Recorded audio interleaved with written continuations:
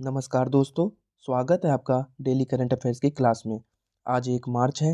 1 मार्च के जितने भी इम्पोर्टेंट करंट अफेयर्स बन सकते हैं वह हम इस वीडियो में डिस्कस करेंगे। आपको अगर इसकी पीडीएफ चाहिए तो आप हमारे टेलीग्राम चैनल को ज्वाइन कर सकते हैं। वहाँ से आपको पीडीएफ मिल जाएगी। टेलीग्राम चैनल का लिंक डिस्क्रिप्शन में है। आइए शुरू करते हैं। आज का हमारा पहला क्वेश्चन है, दुर्लभ रोग दिवस 2024 की विषय वस्तु थीम क्या है? तो इसका सही ऑप्शन है बी, शेयर योर कलर्स। दुर्लभ रोग दिवस यह एक स्वास्थ्य देखभाल कार्यक्रम है जो हर साल फरवरी के आखिरी दिन मनाया जाता है। इसके कुछ इंपॉर्टेंट पॉइंट्स हैं, वो देख लेते हैं। दुर्लभ रोग दिवस 29 फरवरी 2024 को मनाया गया। इस अभियान का लक्ष्य विश्व भर में दुर्लभ रोगों से पीड़ित 300 मिलियन लोगों के लिए सच्ची समानता हासिल करना है। यूरोडिस, ये एक यूरोपीय संस्था है, निर्णय लिया है कि निर्माताओं के लिए प्रमुख नीतिगत मांगों को रेखांकित करने के लिए एक्ट रेयर 2024 अभियान शुरू करेगा, जिससे दुर्लभ रोग समुदाय के लिए निरंतर वकालत सुनिश्चित होगी। Organization for rare disease Bharat ने 263 दुर्लभ बीमारियों को सूचीबद्ध किया है। अगला क्वेश्चन देखते हैं। हाल ही में कौन सा देश तंबाकू विरोधी कानून को निरस्त करेगा? तो इसका सही ऑप्शन होगा न्यूजीलैंड। तंबाकू विरोधी कानून, ये कानून क्या है? तो 1 जनवरी 2009 के बाद जो भी बच्चा पैदा हुआ है वह तंबाकू नहीं खरीद सकता। न्यूजीलैंड के पूर्व प्रधानमंत्री जैकिंडा आर्डेन के समय यह कानून बना था, लेकिन प्रेजेंट टाइम के प्रधानमंत्री क्रिस्टोफर लक्सन ने यह कानून को निरस्त करने का फैसला लिया है। न्यूजीलैंड की राजधानी क्या है? वेलिंगटन। वहाँ की करेंसी है न्यूजीलैंड डॉलर। अगला क्वेश्चन देखते हैं। डेंगू के मामलों में वृद्धि के बीच किस देश ने स्वास्थ्य आपातकाल घोषित किया है? तो पेरू के स्वास्थ्य मंत्री सीजर वास्केज ने स्वास्थ्य आपातकाल की घोषणा की है। तो इसका सही आंसर होगा पेरू। पेरू की राजधानी क्या है? लीमा। पेरू की करेंसी है सॉल और पेरू के प्राइम मिनिस्टर है लुइस अल्बर्टो। कुछ इंपॉर्टेंट पॉइंट्स हैं, उसको भी डिस्कस कर लेते हैं। डेंगू बुखार के बढ़ते मामलों के कारण पेरू ने स्वास्थ्य आपातकाल घोषित कर दिया है। पेरू के 25 में से 20 क्षेत्र शामिल हैं आपातकाल में। स्वास्थ्य मंत्री सीजर वास्केज ने 31,000 से अधिक डेंगू के मामले और 32 मौतों की सूचना दी है। अल नीनो से प्रभावित पेरू के मौसम पैटर्न के कारण मच्छरों की आबादी बहुत ज़्यादा बढ़ गई है। डेंगू बुखार, जिसे आमतौर पर हड्डी तोड़ बुखार भी कहा जाता है, एक फ्लू जैसी बीमारी है जो डेंगू वायरस के कारण होती है। डेंगू 4 वायरस के कारण होता है, DNV1, DNV2 और DNV3, DNV4। क्या डेंगू के लक्षण क्या होते हैं, मैं आपको बता दूं। डेंगू का लक्षण, जब डेंगू होगा तो सिर दर्द होगा, मांसपेशियां, हड्डियों और जोड़ों में दर्द होगा, जी मिचलाना, उल्टी आना, सूजन ग्रंथियां, त्वचा पर लाल चकत्ते, ये सब डेंगू के लक्षण हैं। अगला क्वेश्चन देखते हैं। हाल ही में किसने स्वयं प्लस प्लेटफॉर्म लॉन्च किया है? तो इसका सही ऑप्शन होगा सी, केंद्रीय शिक्षा मंत्री धर्मेंद्र प्रधान ने यह प्लेटफॉर्म लॉन्च किया है।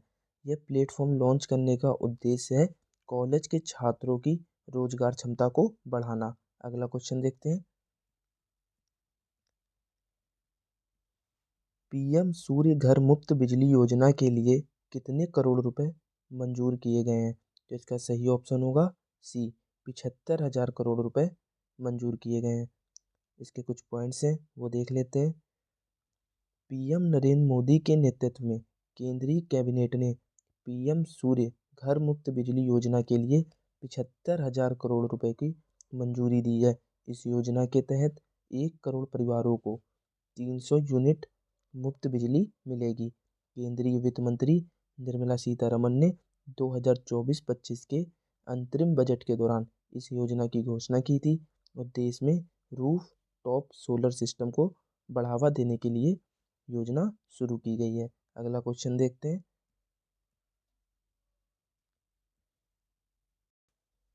पेयू पेमेंट्स प्राइवेट लिमिटेड ने किसे कंपनी का अध्यक्ष और स्वतंत्र निदेशक नियुक्त किया है? तो इसका सही ऑप्शन होगा बी, रेणु सूद कर्नाड को।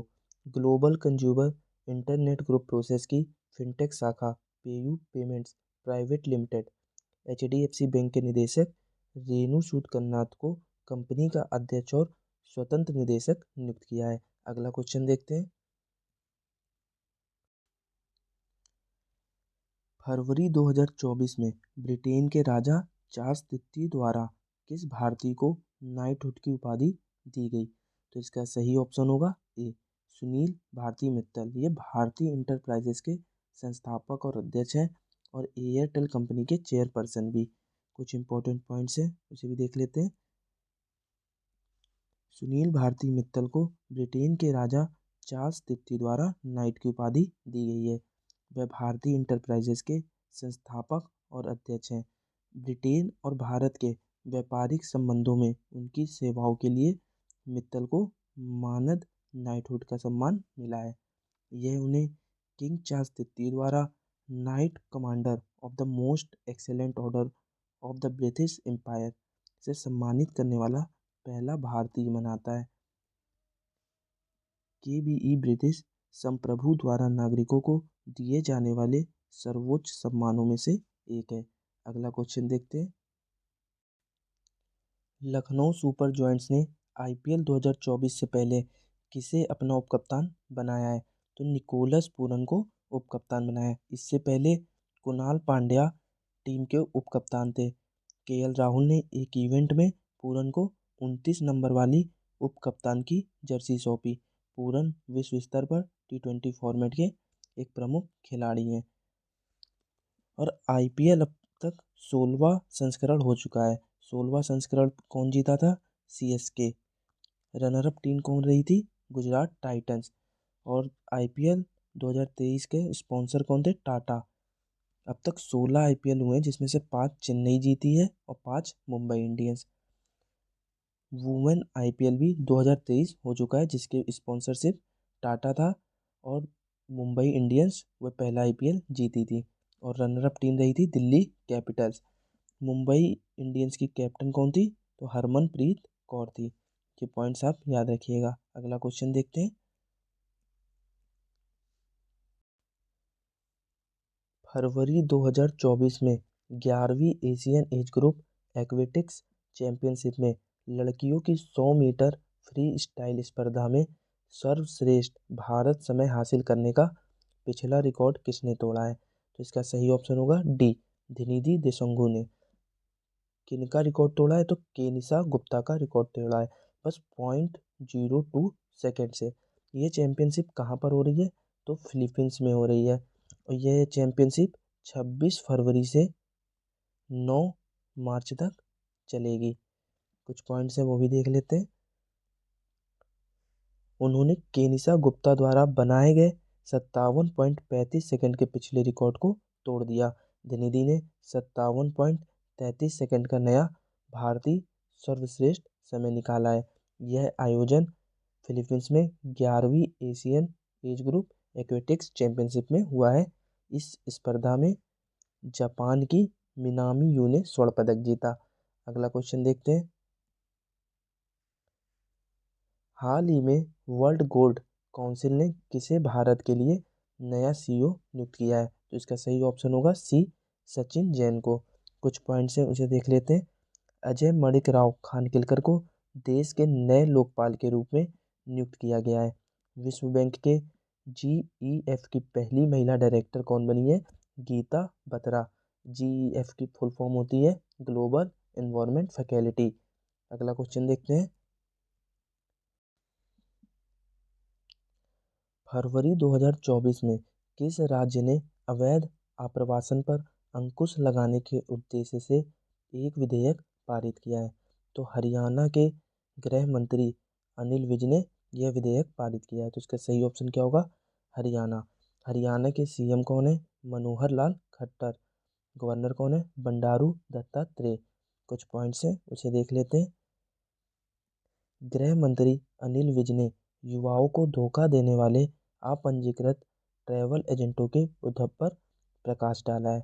विधेयक का उद्देश्य एजेंटों की गतिविधियों को विनियमित करना, अवैध आप्रवासन पर अंकुश लगाना है। इसके अतिरिक्त विधानसभा में निजी कोचिंग संस्थानों को विनियमित करने के लिए एक विधेयक पारित किया गया है, जिसका उद्देश्य क्या है? छात्रों और उनके अभिभावकों के हितों की रक्षा करना। अगला क्वेश्चन देखते हैं। एक पॉइंट और है, हरियाणा में एक सप्ताह से अधिक समय तक चले बजट सत्र के समापन दिन 9 विधेयक पारित किए गए हैं। अगला क्वेश्चन, लोगों विशेषकर महिलाओं को सार्वजनिक शौचालय ढूंढने में मदद करने के लिए रेकिट द्वारा लॉन्च किए गए ऐप का नाम क्या है? तो इसका सही ऑप्शन होगा ए, हार्पिक लोकेटर। इस ऐप का उद्देश्य स्थानों पर शौचालय खोजने में कई महिलाओं के सामने आने वाली चुनौती का समाधान करना है। इस पहल का उद्देश्य क्या है? तो स्वच्छ शौचालयों तक पहुंच में सुधार करना, जिससे सीमित जल के सेवन और अपर्याप्त शौचालय सुविधाओं से जुड़े स्वास्थ्य जोखिमों को कम किया जा सके। अगला क्वेश्चन देखते हैं। ऑयल इंडिया लिमिटेड अपना पहला वैश्विक भागीदार रोड शो कहाँ आयोजित कर रहा है? तो इसका सही आंसर होगा ए, अबू धाबी यूएई में। यह आयोजन ऑयल की महत्वाकांक्षी विकास योजनाओं और अपनी अंतर्राष्ट्रीय उपस्थिति का विस्तार करने के उद्देश्य को दर्शाता है। यह रोड शो ऑयल के अपनी खरीद रणनीतियों को प्रदर्शित करने और ऊर्जा क्षेत्र में संभावित भागीदारों के साथ सहयोग को बढ़ावा देने के लिए एक मंच के रूप में कार्य करता है। अगला क्वेश्चन देखते हैं। कौन सी दूरसंचार कंपनी कोलकाता में भारत की पहली अंडर वाटर मेट्रो में कनेक्टिविटी प्रदान करेगी? तो इसका सही ऑप्शन होगा सी, एयरटेल। एयरटेल के चेयरपर्सन कौन है?